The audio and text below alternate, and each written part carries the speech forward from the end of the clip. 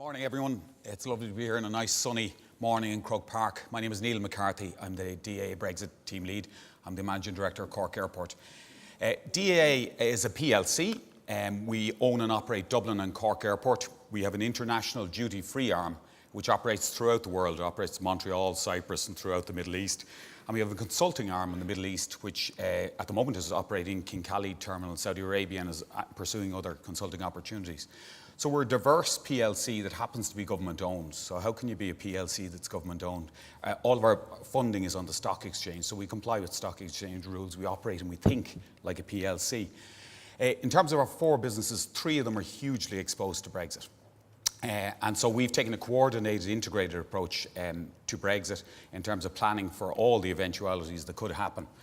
And we're working very closely with the state agencies in terms of Fáilte Ireland, Tourism Ireland, ITIC and all the agencies. So this is an Irish success story in terms of our response to Brexit and that we are all working together and coordinating. So let's have a quick look in terms of the Irish aviation scene. There are a lot of airports in Ireland.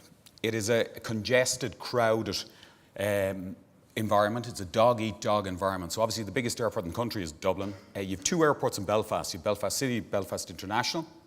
You have an airport in Donegal. You have an airport in Derry, only a few miles away. An airport in Knock down the coast. You have an airport in Shannon. You have an airport in Kerry.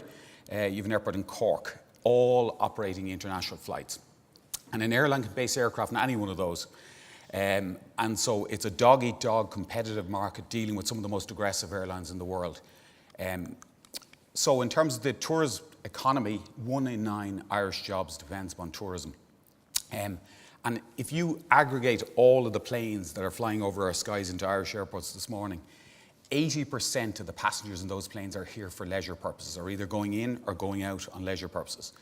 So certain flights like Heathrow will have a high business proportion, Amsterdam will have a high business proportion.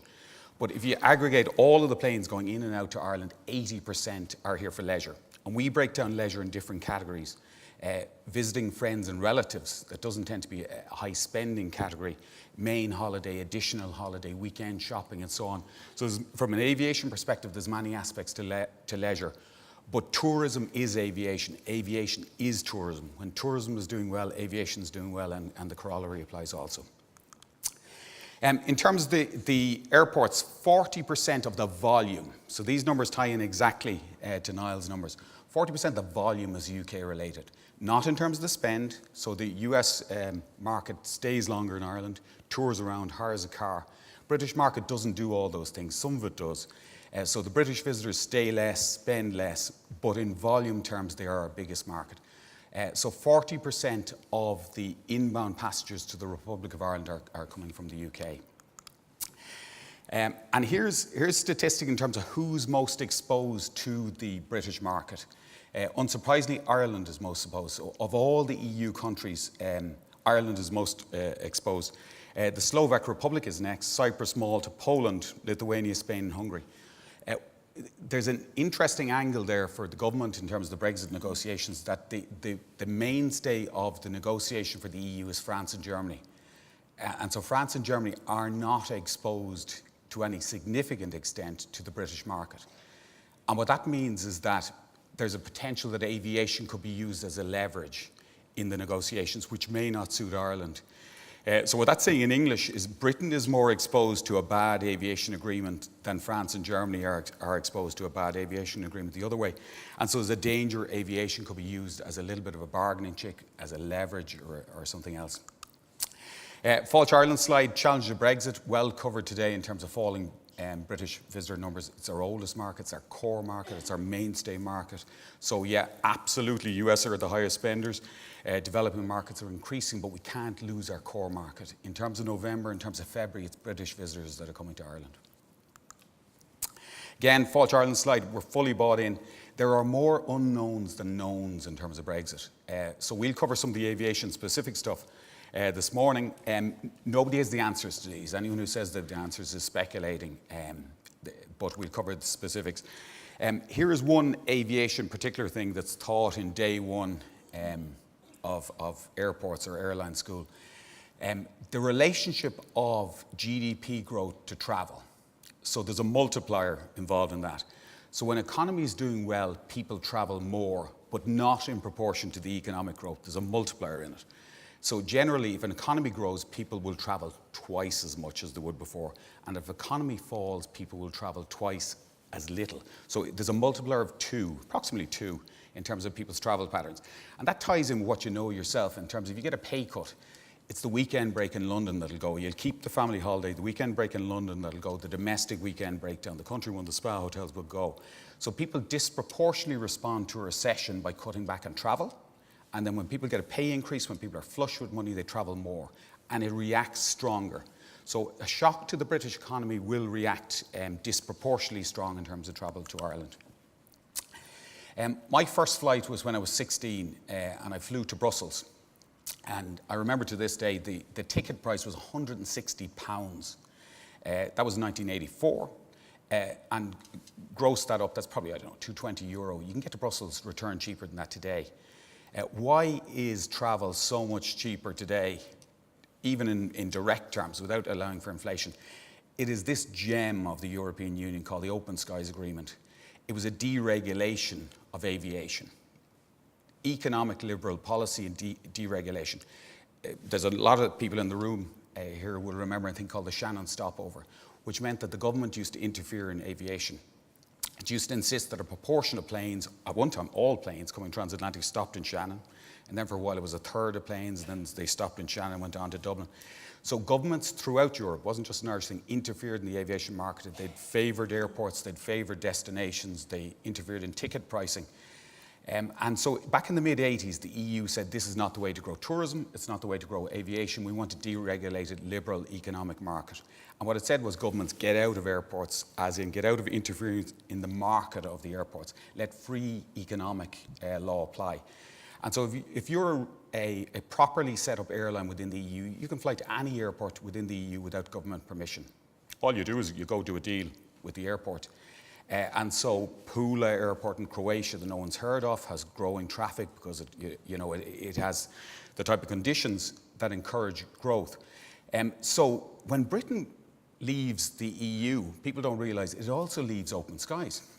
So it wants a divorce, it wants all the benefits of divorce, but some of the downsides of that divorce haven't been thought through yet. And so the reason, and Niall talked about it, we were hugely involved in getting Norwegian into Ireland. So Norwegian, you can fly to the States for €250 today. That's cheaper than a lot of short-haul flights. That's cheaper than some London flights. And so the liberal economic open skies agreement, Britain will no longer be a part of that when it leaves the EU. And people saying, well, of course they're going to come back in. They will come back in.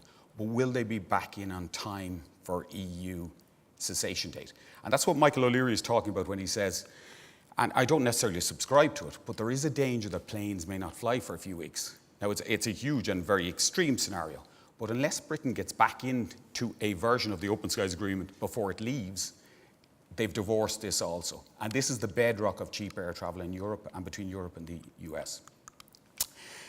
Common travel area, everyone thinks they know what it is, and very few people actually know what it is. The common travel area, as a lawyer said to me lately, is not laid down well in law. It arose from the Free State of Ireland departing the United Kingdom and people essentially saying we don't want passport checks on the border. So there isn't a huge amount of legislation around the common travel area, but it allows you to go on a ferry to the UK without producing a passport. It allows you to drive to Newry without producing a passport. But there isn't a massive piece of legislation. Now, Schengen is the EU equivalent of that. And so Schengen allows the vast majority of the other states of the EU to travel across borders without a passport. And so how the common travel area will end up in relation to Schengen is an unknown. It's a huge unknown for Ireland, but it really only affects Ireland and the UK, so it won't be a big priority in terms of the EU negotiating thing. So for all of us who want to drive to Newry, want to drive to Derry and so on, go across on the ferries, and essentially, even if you're flying where you go into a domestic queue in UK airports, if you notice, you will tend to go into a domestic queue with UK, Channel Islands and Ireland. There's special arrangements to ease the travel between the two countries. How that ends up post-Brexit is an unknown, but an important one for aviation. Because if we're subject to border controls, what it'll do is it'll lengthen the queues at UK airports for Irish people, significant border controls, also the space requirements, the turnaround times for the aircraft and so on. We're, at the moment, going for a new EU safety standard in our airport, in Dublin Airport and Cork Airport. It's called EASA. It's a European Aviation Safety Standard. It's best-in-class safety standard. So in all of the things that we do every day, generally it's European law we're following. Now, in certain cases, they're adopted into Irish law, but it's the European Union regulation. So when your flights are delayed, you get compensation. You're handed an EU piece of paper that says, if it's 4 hours, it's whatever, €10. If it's 24 hours, we cover your hotel. If you're disabled, your rights are governed. You're entitled to free assistance without charging, and it can be a disability of any form. It can be an intellectual disability or physical disability, or simply you're just uneasy with air travel. You're entitled to free assistance as governed by EU law. All of these are the benefits of the EU that Britain ultimately walks away from. Now, I would imagine they will want to reinstate these, but will they reinstate them to the same level? Again, unknown. Niall talked about one of the biggest growing markets is the China, the Indian market, the developing nations. There's a piece of legislation, and the devil is in the detail in terms of tourism and Brexit, which allows mutual recognition of visas. So these Chinese tourists that are walking around Trinity today are probably on a British visa, which we mutually recognise. The future of that in relation to Brexit as of today, unknown. So in terms of aviation, and trust me, aviation and tourism are two sides of the same coin. 80% of everyone on a plane is there for some aspect of tourism. There are definitely more downsides than upsides. And so these downsides must be negotiated and reinstated before Britain leaves. Upside, as of today, duty-free could be coming back between Ireland and the UK. Now, it's not known, it could be treated out in terms of the final agreement, but as of today, there's no reason why a duty-free won't be back between Ireland and the UK. So, in terms of the Brexit response, the Fáilte Ireland 4 pillars, we fully endorse, absolutely sensible. So, it's about diversification into new markets. For example, in our airport, we've new Swiss access this year, non-EU access. We've US access. So it's about opening up new markets, increasing those new markets. It's about protecting what we have in the UK, and we'll have to market more in the UK to do that. It's about making sure we don't gouge customers in the hospitality industry in terms of the prices we charge. And it's about keeping people trained and a good supply of developed people in our industry. If you look at the original British rhetoric, it was about we're leaving the EU, it's all benefit, we're going to have an extra hundreds of millions to spend on the health service every day, and we're going to teach Johnny Foreigner, how we do things. What you notice now is that there's more air of realism. So the head of the UK Civil Service this month said, this is not easy. And his quote is, there is no way this is going to go smoothly. That's the head of the UK Civil Service. And what they're now admitting behind the scenes, there's not enough time. So if you were to be a betting person, you're going to say the most likely outcome in Brexit is more time. That's where the money, the smart money is betting at the moment. Because the original timescale says all of these things, and I've just given you the aviation aspects, but they're critical to tourism, have to be decided by 30th September 18. So that's less than a year away. And then the transitional arrangements then have to go to a vote in each national parliament, and all the voting has to be done by 29 March. So the real answer is there isn't enough time. So Britain cannot leave in its original timescale, or if it does, it's going to be problematic. So what the British are doing from the initial rhetoric around Fortress Britain, we're going to leave on time, it'll be our deal, is now it's not quite as easy, we need more time and we're ready to negotiate. And so what you see is even this week, the negotiating is starting. So realpolitik is starting to appear.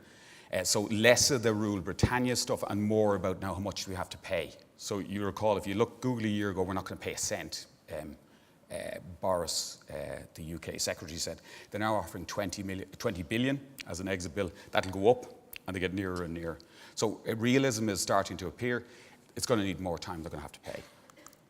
So there are three scenarios for Brexit, and they're thrown around. People who recall the Irish property crash remember that some of the pundits were saying it's going to be a soft landing for Irish property. We better be just aware of what the three scenarios are. So there's a soft Brexit, there's a hard Brexit, and there's a cliff edge Brexit. So a soft Brexit is about a deal, something like the way Norway engages with the with the EU, access to the single market, but paying for that access, and free movement of labour. So that reciprocality in terms of UK people living in Spain, Spanish people living in the UK, and so on. So that's a good deal. That's a good outcome. And that would be the best outcome for Ireland. Hard Brexit is about, it's not going to be so smooth. There's no access to the single market, and straight away alarm bells ring there. Controlled immigration, so visa checks, and more control in terms of where people can relocate, and Britain not paying into the European Union. Now, cliff edge is the third and most extreme option, and that it is the option that Michael O'Leary has referred to, which is that simply time runs out. And so the EU and Britain stick to the original timescale and don't have the details worked out. And what that means is that for normal trade, it diverts to a thing called World Trade Organization tariff levels. So if you're importing something from the UK, there'll be a tariff on certain things.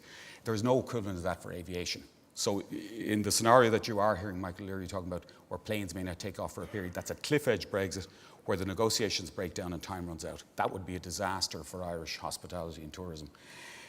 Likely scenario, it's down to your own opinion. Will there be a deal? My own opinion is that there's going to be more time. There's going to be a much longer transition. Britain will continue to pay for a period, and it'll get negotiated to somewhere probably nearer a soft Brexit, but your opinion is as good as mine. So in terms of what we're doing, we, as an airport authority, as an international duty-free retailer, have to plan for all three.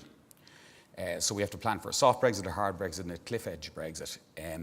And so that would be down to even looking at space for immigration in Dublin Airport, you know, for and Cork Airport for the non-EU channel and so on. Are we going to need additional space requirements? Going to need additional staffing requirements and so on. So we're planning for all three. So planning for the worst, hoping for the best, and by all means, a soft Brexit with an additional transition time is the best option. Thank you.